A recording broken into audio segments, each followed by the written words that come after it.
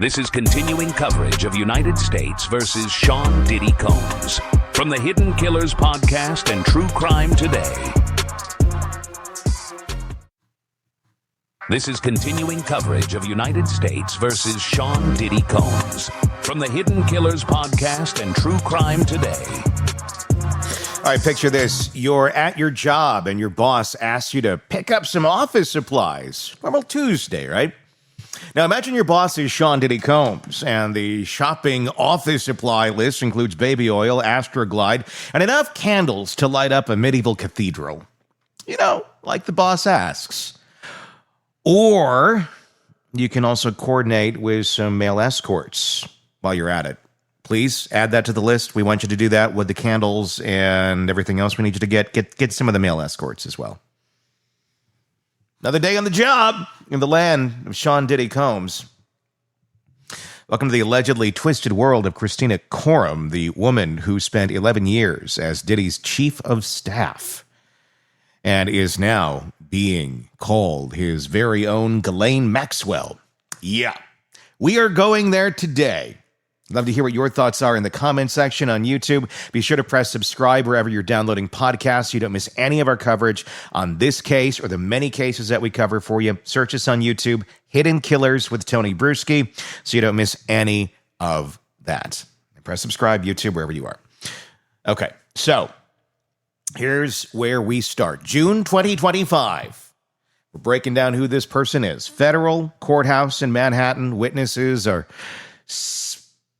spilling tea so hot it could melt steel beams about what really went down in Diddy's empire. And one name keeps coming up over and over again, Kristina Khorram, or as she was saved in various phones, KK. Cute nickname for someone allegedly running a criminal enterprise logistics department, don't you think? Kristina Khorram wasn't some random assistant who stumbled into darkness. This woman had a business degree from NC State, spoke fluent French, and had worked at Burberry, Paramount Pictures, and AOL before joining Bad Boy Entertainment in 2013.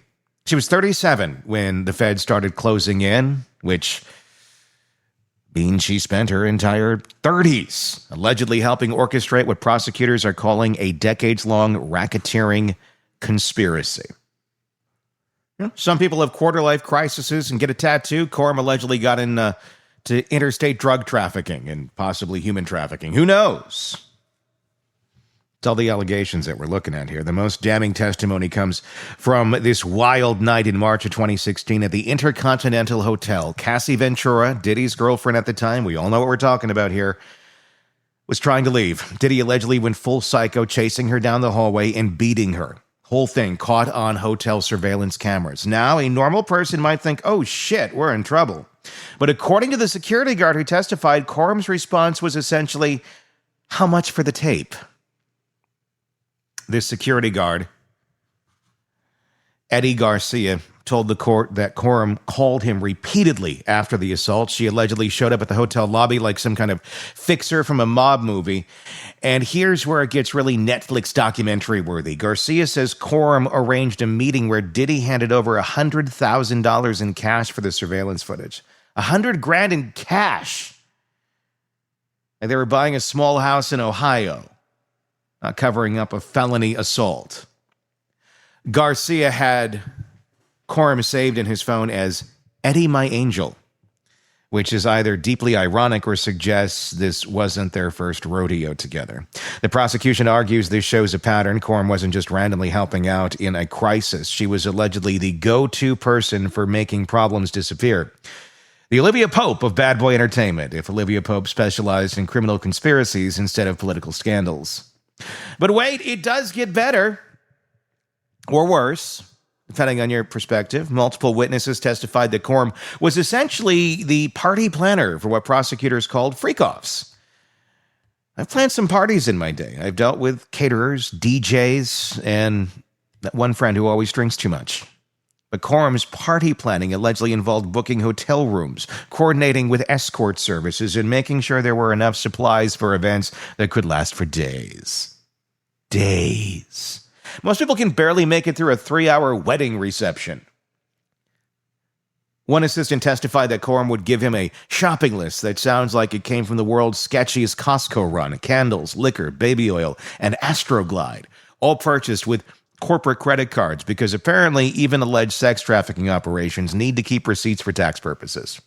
The IRS doesn't play, even if you're allegedly running a criminal enterprise. The drug stuff alone would make your average suburban mom clutch her pearls so hard they'd turn to dust. According to testimony from someone identified only as Jane, because of course there's a Jane in the story, a lot of them, a lot of Jane Does, Khorram allegedly gave instructions on drug trafficking like she was teaching a cooking class.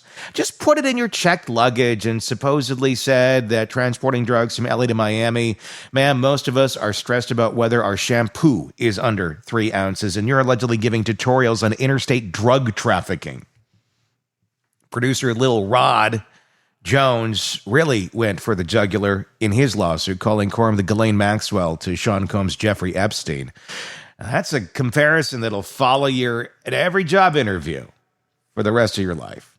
Try explaining that one on LinkedIn. Skills include event planning, excessive assistance, or executive assistance, and allegedly facilitating sex trafficking. References available upon request. But the comparison is particularly spicy because it suggests Khorram wasn't just following orders like some helpless minion. The allegation is that she was an active participant, a true believer. The Robin to Diddy's allegedly criminal Batman. She supposedly required employees to carry fanny packs filled with what sounds like a DEA evidence locker: cocaine, GHB, ecstasy, marijuana gummies, and something called Tukey. I had to Google and immediately regretted that one. Another assistant, Philip Pines, claimed in his lawsuit that Khorram put him in charge of something called the MVP bag. When I hear MVP, I think most valuable player. In Khorram's alleged world, it means a bag full of drugs and sex toys for Diddy's parties. Pines also said that when he witnessed Diddy kick a woman, Khorram told him to never speak about it because there would be repercussions. Nothing says healthy workplace environment like witness intimidation, am I right? The text message that prosecutors got from Khorram's phone are like reading the world's most incriminating group chat. In November of 23, she's texting Diddy saying, "If you cannot be honest with me, this doesn't work," which suggests that even in their allegedly criminal partnership, there were trust issues.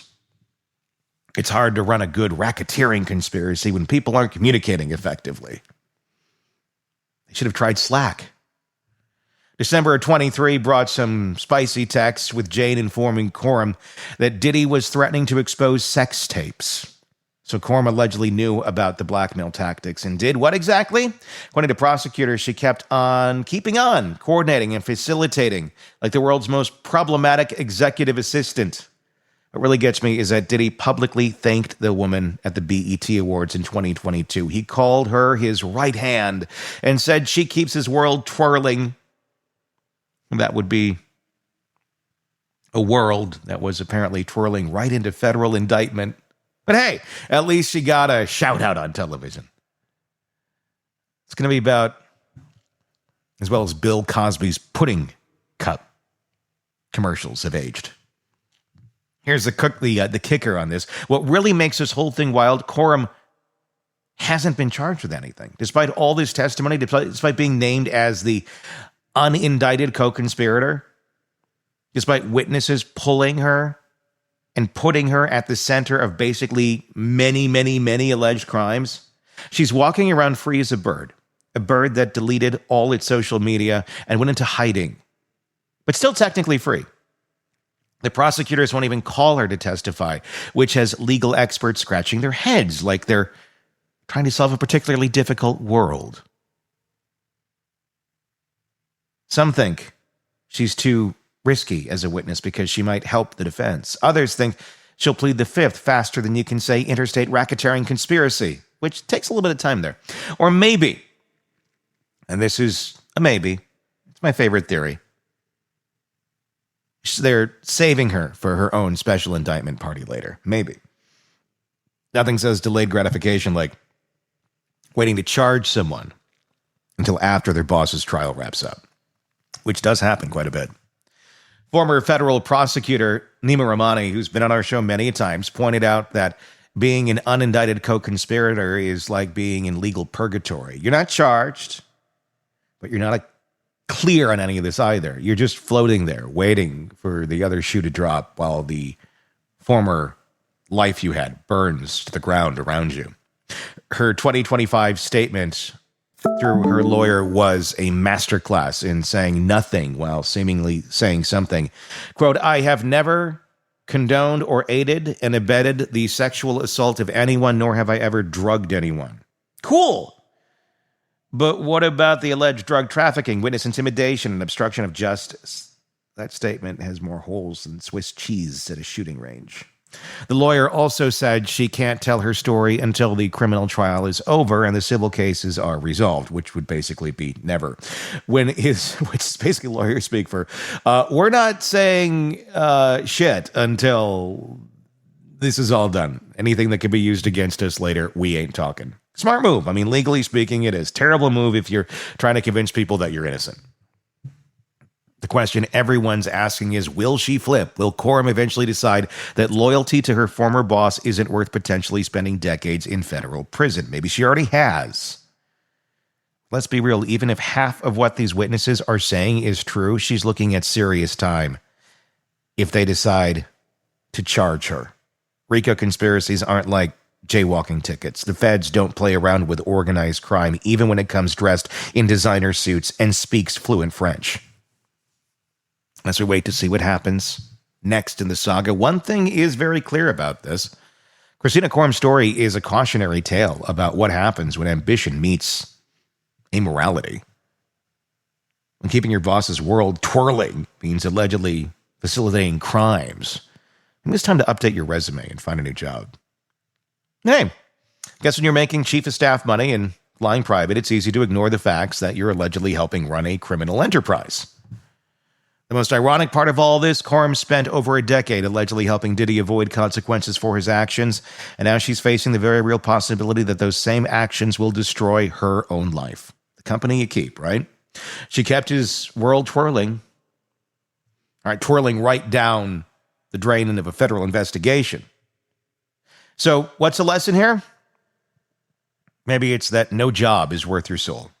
Maybe it's that the feds always get their man or woman.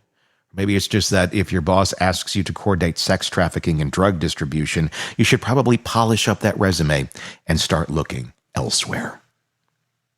As for Khorram, she remains in limbo, an unindicted co-conspirator in a case that's shaping up to be one of the wildest trials in entertainment history. Will she be charged? Will she cooperate? Will she maintain her innocence while Rome burns around her? Only time will tell. But one thing is for sure, her days of keeping anyone's world twirling are officially over unless that world is a federal courtroom, in which case, buckle up, KK. This ride is just getting started. What are your thoughts on Miss Khorram? Clearly, if you're that close to the sun, you're getting burned. And I'm guessing there's a lot of burn marks on her. And burn marks on others that had she not been involved, may not be there, allegedly. Should she get that plea deal? Should she get that deal where she can run scot-free for giving up her information? Or should she just have to pay her price for basically selling her soul, knowing these things were going on, and continuing down that road to get that paycheck and that lifestyle? Tell me in the comment section what your thoughts are on YouTube. Let us know. If you're listening to our podcast on another platform, press subscribe so you don't miss any of our coverage of this and the other cases we got for you right here. If you're listening to us on the Downfall of Diddy channel, hey, we got other cases. We got other places that we are covering for you. Just search Hidden Killers with Tony Bruschi wherever you get podcasts, or on YouTube as well, to get in on the comments and everything else that we put out here for you on video. Interested to hear your thoughts on this one. Until next time, my name is Tony Bruschi. We'll talk again real soon. Want to stay on top of the latest true crime cases? Press subscribe now and never miss a breaking update from the Hidden Killers podcast and True Crime Today. In a world where the darkest secrets lie just beneath the surface, They said it was an accident, but the evidence says otherwise. where hidden killers roam unnoticed in the shadows. I think you would definitely be looking at a blend of toxic, very bad narcissistic personality traits, and they will be vengeful and possibly resort to violence. Join Tony Bruschi as he uncovers the truth behind the most chilling cases. They said it was an accident, but the evidence clearly says otherwise. Each episode, we dig deep into the minds of those who commit the unthinkable. To your point on narcissism, he thinks in his own mind how witty he is. Yeah. But he lost that jury. I was done with him in 2 minutes. From unsolved mysteries to infamous crimes. Geez, you've just talked about how you've taught yourself how to do everything under the sun. I bet you did a YouTube video, how to best kill somebody with a knife. Hidden Killers with Tony Bruschi takes you where few dare to go. How does someone with such a dark secret go unnoticed for so long? With multiple new episodes every single day. We're not just telling stories, we're seeking justice. Listen now on Apple Podcasts or wherever you get your podcasts. Just search for Hidden Killers with Tony Bruschi.